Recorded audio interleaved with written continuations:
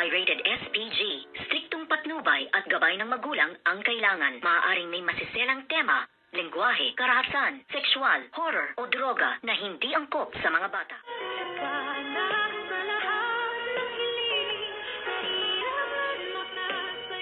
Good morning and welcome sa aking munting channel. Pinuntahan nga ng bruhang si Zoe itong si Doc RJ sa kanyang opisina at inabutan niya nga itong kausap si Miss Lynette Santos, Doktora Annalyn Santos at si Doc Kim. At dito nga siya nagsalita ng mga hindi maganda at sinabi nga niya dito na hindi daw siya papayag na pakasalan nga ni Doc RJ itong si Miss Lynette or ang kanyang kabit na tinatawag nga ng bruhang si Zoe. Hindi ka ba kinikilabutan sa mga sinasabi mo, Zoe? Napilit mong pinaghihiwalay ang dalawang tunay na nag-iibigan. Kung tutuusin, alam mo sa sarili mo na wala kang karapatan sa lahat ng mga sinasabi mo at kahit anong pigil mo ay wala ka ding karapatan dahil alam mo sa sarili mong hindi ka naman tunay na anak ni Doc RJ Tanyag at isa ka lang namang huwad at peking tanyag. Darating din ang araw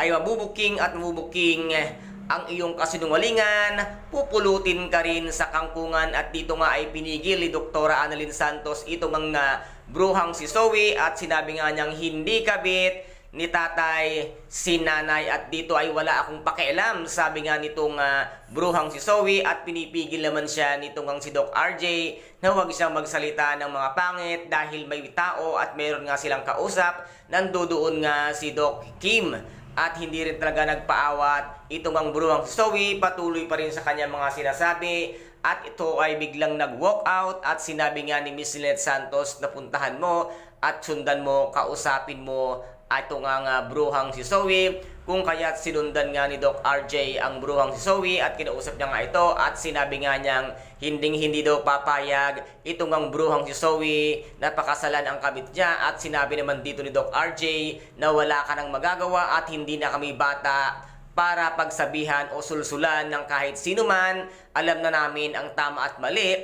Ito lamang ay hinihingi ko ang iyong basbas para malaman mo rin ang lahat ng nagiging desisyon ko sa aking buhay para naman hindi ka magtampo or magalit. At ngayon kahit anong gawin mo ay wala ka nang magagawa. At ngayon ay sinabi nga ng bruhang Zoe na itatakwil niya ang kanyang tatay RJ. Ang kapal naman ng pagmumukha mong sabihing itatakwil mo si Doc RJ at alam mo naman sa sarili mong hindi ka naman tunay na tanyag. Huwag kang magpaepal dahil ikaw ay hindi ka naman tunay na tanyag at hindi ka naman karapat dapat na mahalin dahil parehas kayo ng tatay at nanay mong pare-parehas kayong masasama ang ugali. Kung kaya't dito nga hindi na lamang sinagot ni Doc RJ ang kamalditahan ng bruhang si Zoe. Ngayon ay wala kang magagawa kahit na mag-umiyak ka pa, maglupasay ka pa, hindi mo mapipigilan at mahahadlangan ang napipintong kasal nitong si Doc RJ at si Miss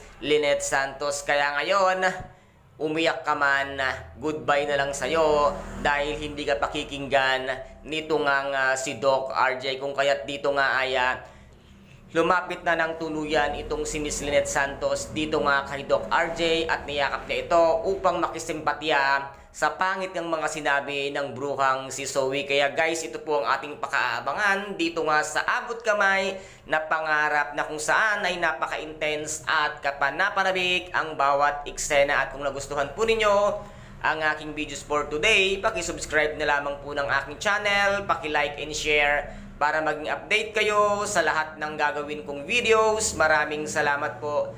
Ingat, God bless and bye-bye!